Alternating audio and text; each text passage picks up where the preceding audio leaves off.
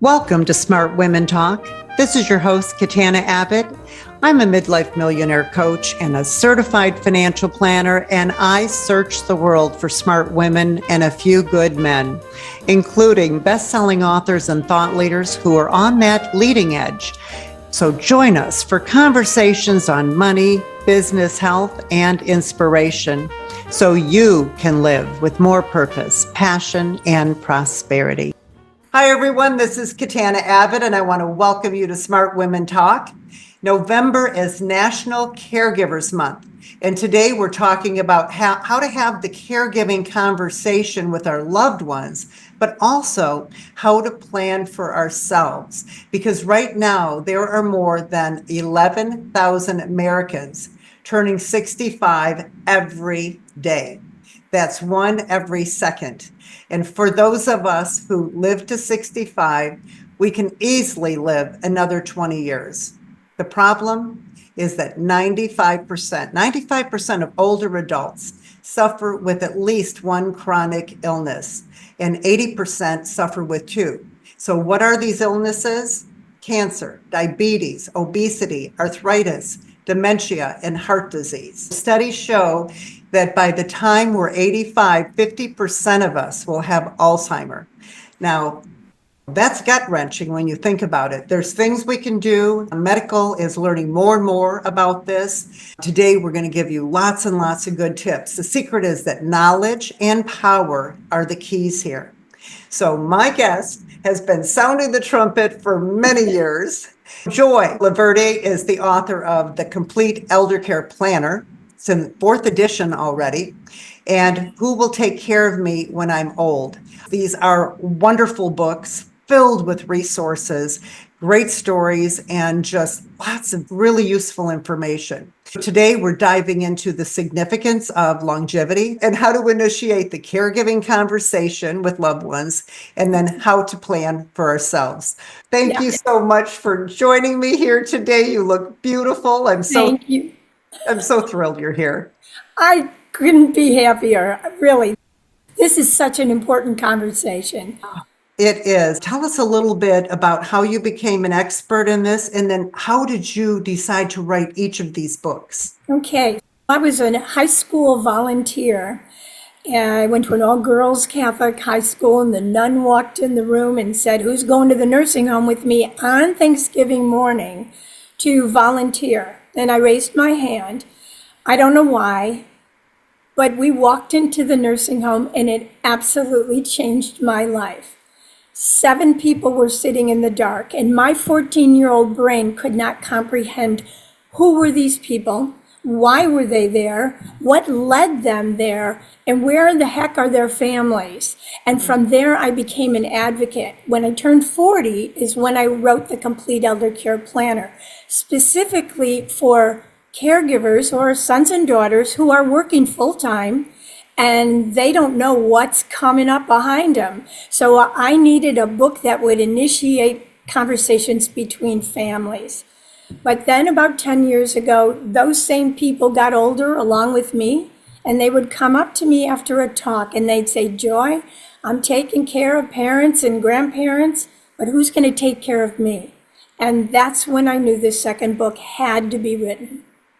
Oh my gosh. That is so wonderful. I've been doing this for 35 years. And I was a caregiver to my grandmother, to Mrs. Little in the neighborhood, and Nettie Harp, and all these ladies. I used to go around in the neighborhood and help them out with different things. And it was just something I did. Yeah. And I think as women, we grow up learning to be caregivers because most of us are caregivers. Yeah, and in my case, I come from a big Italian family, and we do this all the time. So it comes naturally. So I have had a lot of role models. Most families, though, don't plan for this type of thing. It's not something that it's comfortable to talk about. A lot of times the kids are afraid to approach parents because of their parents.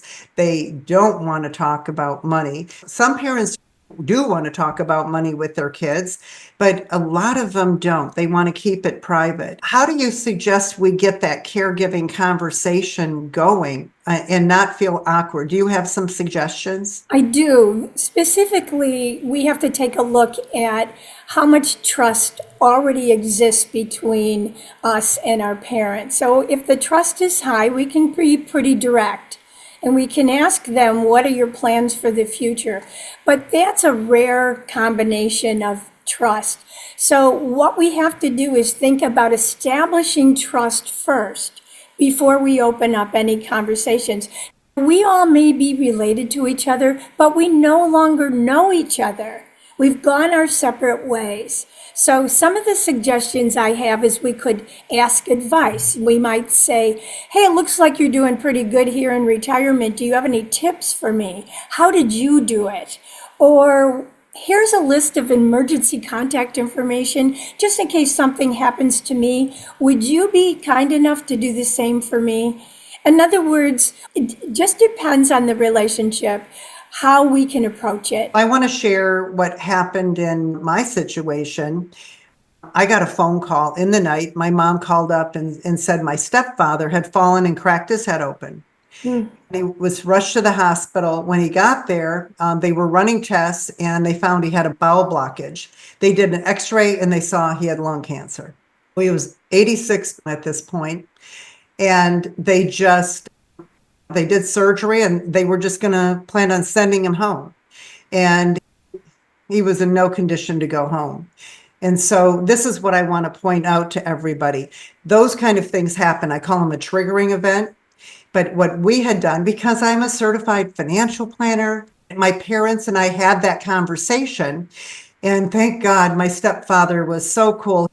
He came to me and he said, I want to leave everything to your mom and put it in joint ownership. And I said, no, your kids are almost my mom's age. She's 15 years younger than you. I said, you need to go and meet with an attorney. Let's do that together. I got them to an attorney and they set up a special trust that would take care of her all her life until she passed. And then all his money would go to his kids. But we set up the powers of attorney for healthcare and for financial, and everything that he had was put into the trust. And we named successor trustees, myself and his son. When he was getting ready to come out of the hospital, the doctor had said he was going to have to go home in a wheelchair. And because I had this medical power of attorney, I said to him, look, he's eligible for rehab. Have you asked him about it? And he said, no, he wants to go home. I said, did you tell him he's eligible? He's not going to have to pay anything and he could get better. Because my mom was young, he wanted to get better when the doctor had the conversation. So I was able to run to the nurses, the discharge nurses, tell them we're going to find a rehab. They said it was impossible. We found one. And he went to rehab for 2 weeks. Then he was able to walk into the assisted living facility that we had already sold his house while he was in the hospital, got the new place because we had paperwork to do this, got them all moved into the new place. And he walked in, and that night when I came to visit, they were playing pool. And he lived for a full year after that. But the biggest thing, and I know this is huge for you, we were able to focus on his quality of life and his quality of care. Because you saw the future and you did your homework and you went to professionals to get the paperwork in order. That is the key. One of the highest keys there is to know in advance what we do in case the person lives a very long time or what happens upon death. Those are two different processes that you just described. One is estate planning, one is elder law. They're very separate. I want to appeal to the people who say, I don't have money to go to an attorney. That's just too expensive of a proposition. And I want to assure you that if you do your homework and you look into your area agency on aging, there are affordable legal services available to you to get this started. If you have a full-time job, you can go to your employer's HR department and say, can you tell me a little bit more about my elder care benefits for employees? And that, by the way, is a whole plethora of resources, not only for the employee, but for parents and the rest of the family, like long-term care insurance. So there are so many resources, and I feel so bad for people who don't know that there are very affordable resources available. You don't have to go and spend a lot of money to have the paperwork you described, get it up and running. And you mentioned estate planning attorneys are usually there to help you with when you die. So to make sure you can avoid probate through different kind of documents, but to have the financial power of attorney. For example, like I remember getting a phone call from, they said, this is the State Department and we have money for you.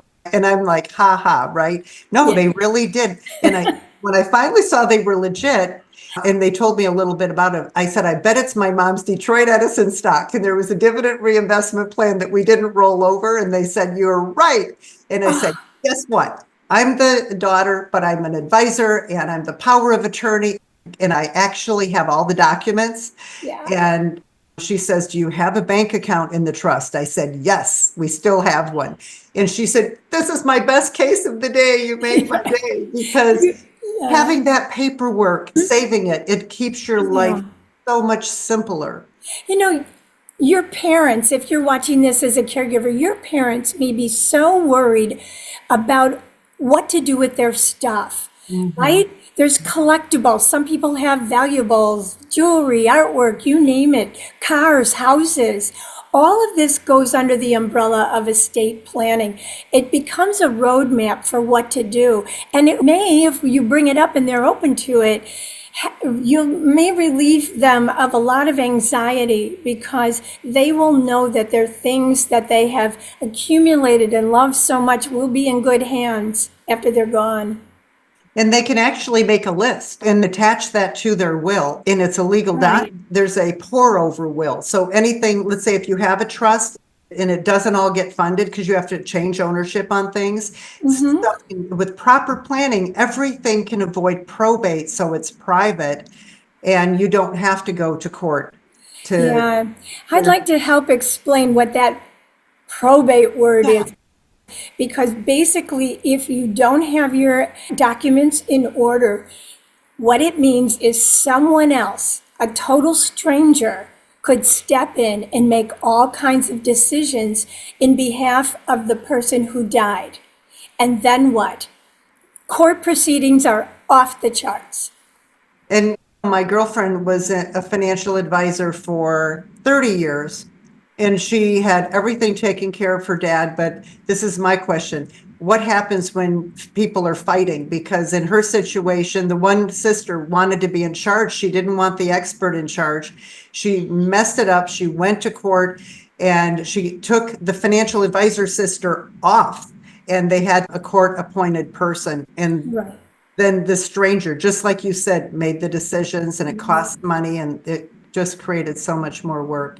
But all of this is avoidable when we appeal to our parents to help us help them.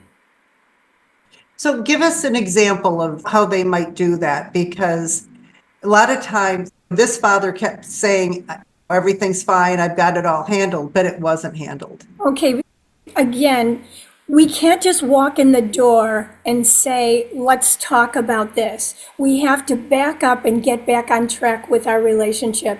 If there's no trust in the relationship, nothing's going to take place. So this is a conversation that might take place 3 years after we're back in our good graces with our parents. It could take a long time.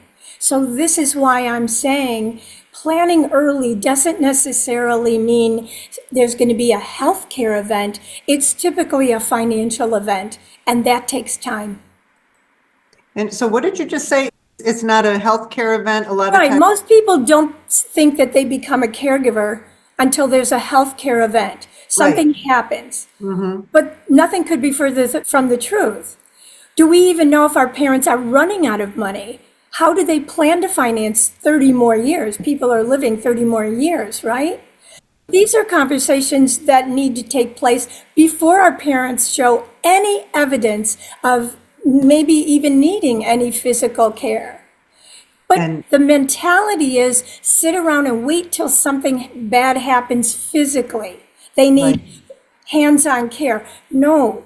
And I know that you like this because you told me that you love that I never use the word caregiving. What I do is I talk about when do our parents need our attention. So we have to pay attention to them physically, yes, financially, legally, socially, and anything that requires a conversation about the future under all those umbrellas. I created an organizer planner, and we just turned it into a fillable PDF. So instead of printing it, you can actually save it on the computer, put it on a zip drive.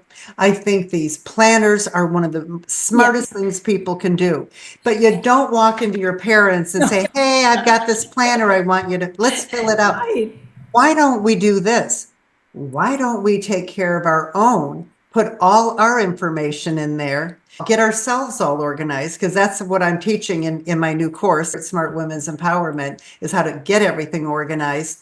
But why don't we get it all organized and then go to our parents and say, look what I've done. I've put all this in here. So if something happens to me, let's say I'm getting teary, you'll know who to call. Right, You'll know what medicine. So you showed them, and they're going, wow. And I had someone do this, and the parents said, I want that. So what I call that, I have that written in my book, I call that I go first. Think about it. There's no formula for who does go first, right? So we're all doing each other a favor by giving information to a parent or a spouse or a sibling. Caregiving now is everybody, our friends, helping each other learn what has been done so that they don't have to go into total confusion if something should happen to us. It's the best gift we could give anybody we love. And Joy, one of the things people don't realize is by doing that planning early. So in my parents' case, they did it when options were affordable and they both got long-term care. And we used it because when he got lung cancer, my mother was diagnosed with dementia. So they both got their benefits. And for some people, maybe long-term care is not appropriate for them. They have $250,000 saved up, let's say, in their Social Security. What they can do is go to your law attorney. That's right. Now we talk about protecting our rights throughout their lifetime and ours as well. But also getting access to benefits, government benefits. So this couple can do special planning through this elder law attorney to protect assets for the other spouse who's not sick, and also try to qualify for government benefits to protect those assets. That's what elder law planning is. Exactly. Parents probably don't know about it. Most people go to the lawyer and they say, help me plan for after I die. But the better question is, help me plan for if I don't die, I become incapacitated, and I live a long time. So that's the better question to ask. And you'll be surprised how we can protect ourselves, even in the event if we're aging alone and we get dementia. There are provisions within wills and within documents that we can state while we can make decisions and have the legal right to sign our own documents. You have to do it early to have everything planned out, everything in order. Yeah, for us to name who. This is the thing, I really want to talk about this now, is this whole idea of planning for ourselves. Okay, great. That's because I think that book is, I don't know if you're a psychologist, but my goodness. Okay, I will tell you what I am. I have a communication background.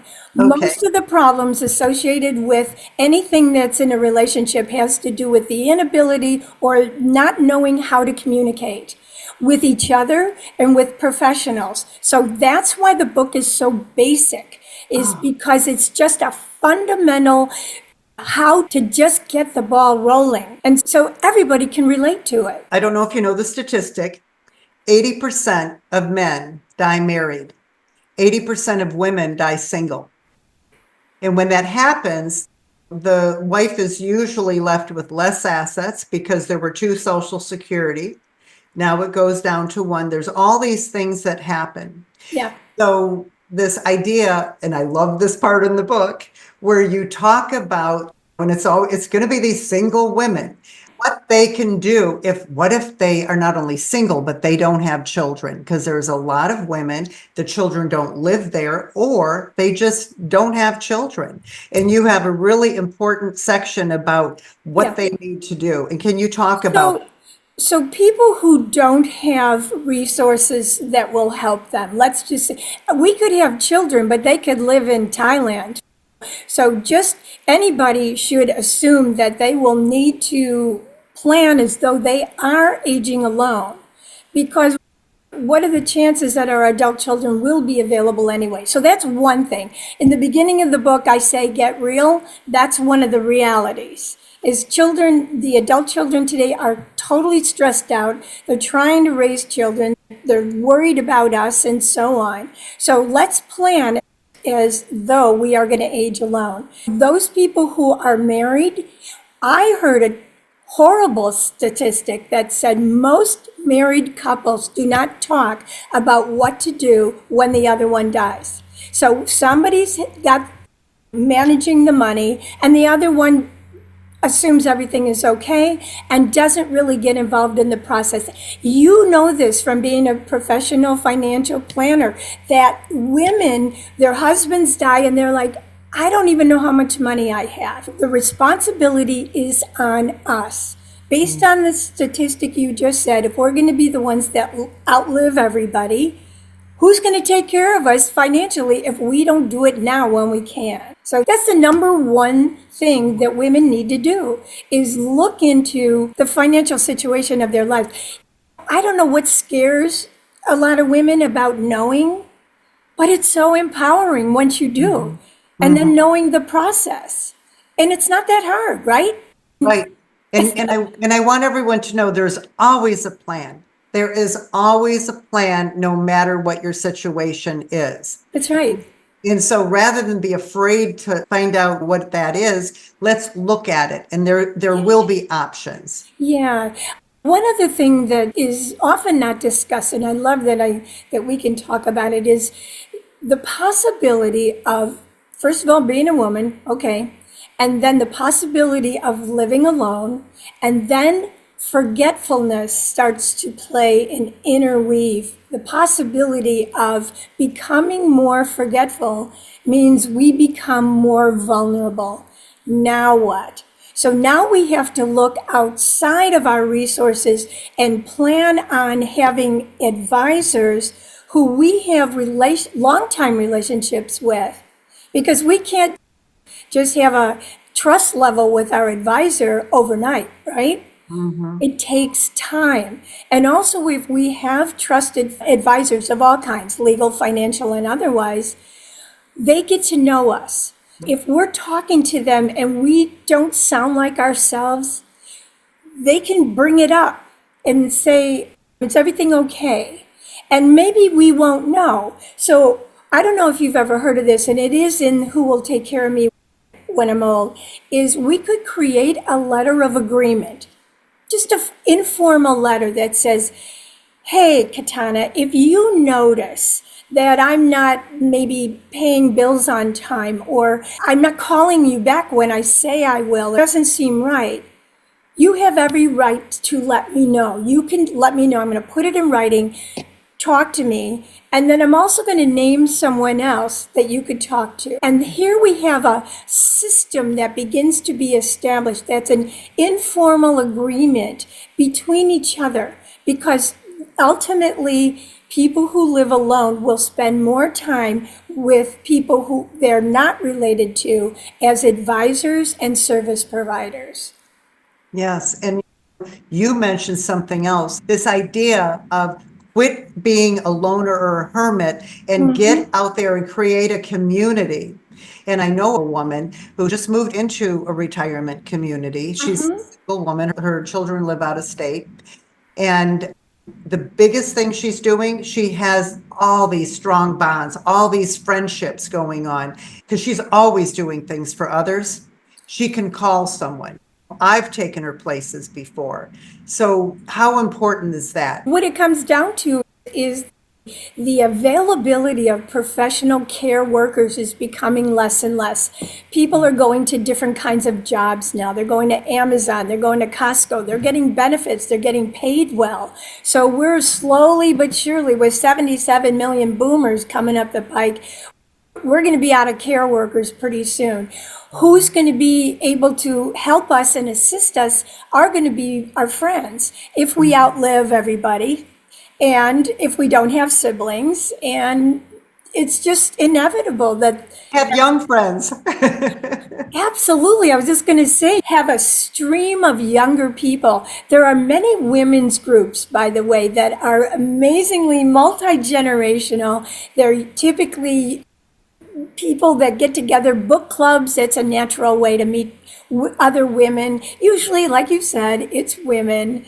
And church groups, they're so supportive. The idea here is you have to be a giver, not a taker, to really have people gravitate toward you when you need help. It means that you have been a giver to them as well. These kinds of friendships take time. And it's important. But don't forget, sometimes our friends die and move away, and then we never end this process. It just goes on and on. And that's such a joyous type of thing. What you're talking about is much more upbeat. And, Yeah. and when women will take a look, especially at younger ages, before problems start, if we sit down with our advisor and do a plan and see what we have and then find out, should I buy long-term care insurance? How much does it cost? There's all kinds of innovative ways to get insurance. I actually teach this to the CPAs in the country now for their continuing education. You can get long-term care now that's part of an annuity. So you can use it for income, or if you need it for long-term care, you get triple the benefit for long-term care. And there's life insurance that you can do, because the old thing was all these people have these policies that they bought years ago, the kind my parents bought, they use theirs. With those policies, if you don't use it, you would lose it. And then you're able to raise the price. Yeah. Now they have new policies where you can make like 5 payments or 10 years of payments or a lump sum, maybe money that's in a CD. And you move it over, and then it again creates all this long-term tax-free income. And if you don't use it, your beneficiaries, your children or your spouse gets it. You are just reminding me of how critically important it is for people to know people like you. You, in 1 or 2 sentences, you could literally change somebody's financial life. All they have to do is contact you. Do you know what I'm saying? What has been our experience of people who say, I won't talk to a professional, and it simply doesn't make any sense to me. It just doesn't. Women especially shoot themselves in the foot because they say no before they do more homework. And like I said, there are so many affordable resources in both of my books that get you to advisors who don't cost anything. There are plenty of not-for-profit organizations. Even if we do have to spend money, it's money worth spending. It will literally change the quality of your life forever. And you just said this, and I don't know if people really understand this. That's why I said your books are so full of resources. Yeah. That at the end of every chapter, you have all these links, places they can go to get more information, to go deeper. I just gave a talk on the West Coast, and it was a caregiver talk. And part of the conference was There were breakout rooms filled with suppliers who were sitting there waiting for caregivers to come in, and I checked them out before I went on stage. And I learned that all of the people who were exhibiting at this conference, their services were free. Wow. Free. But in the books, I lead you to that. But here I am. If there's going to be a caregiver conference in your neck of the woods, you got to go. Because if there are people exhibiting, you will think you died and went to heaven because of so much that's available. Absolutely. The Area Agency on Aging, it's so important because they do have those resources. I have another idea about a resource that may also be available, and that is about the senior centers in the local area. To walk in there and find out the kinds of resources that they are offering. So if your parents live far away or you live far from them, when you go to visit your parents, go visit the local senior center, and you're going to be pleasantly surprised at all of the resources that they know about.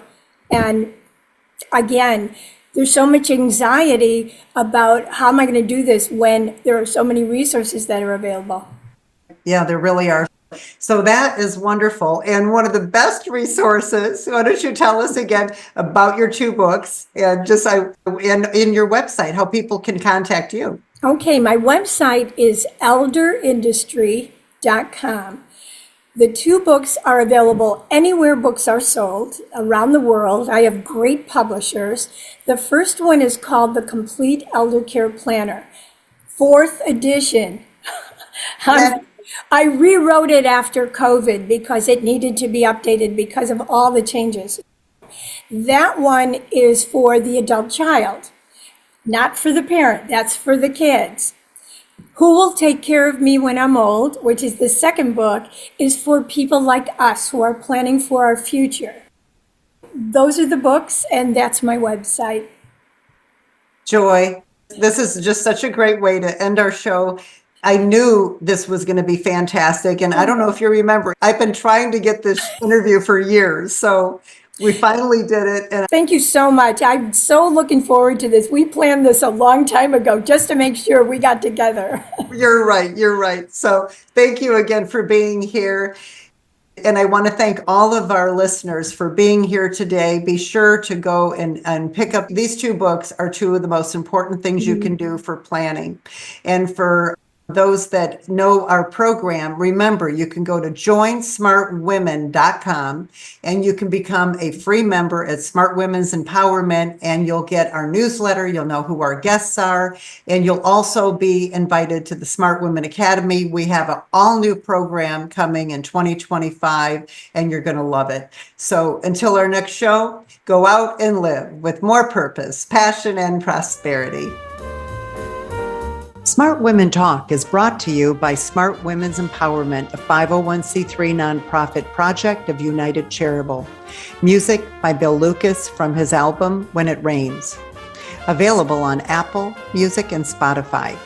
Catch us wherever you listen to your favorite podcast, and be sure to join our free community at joinsmartwomen.com to access all our free Smart Women resources.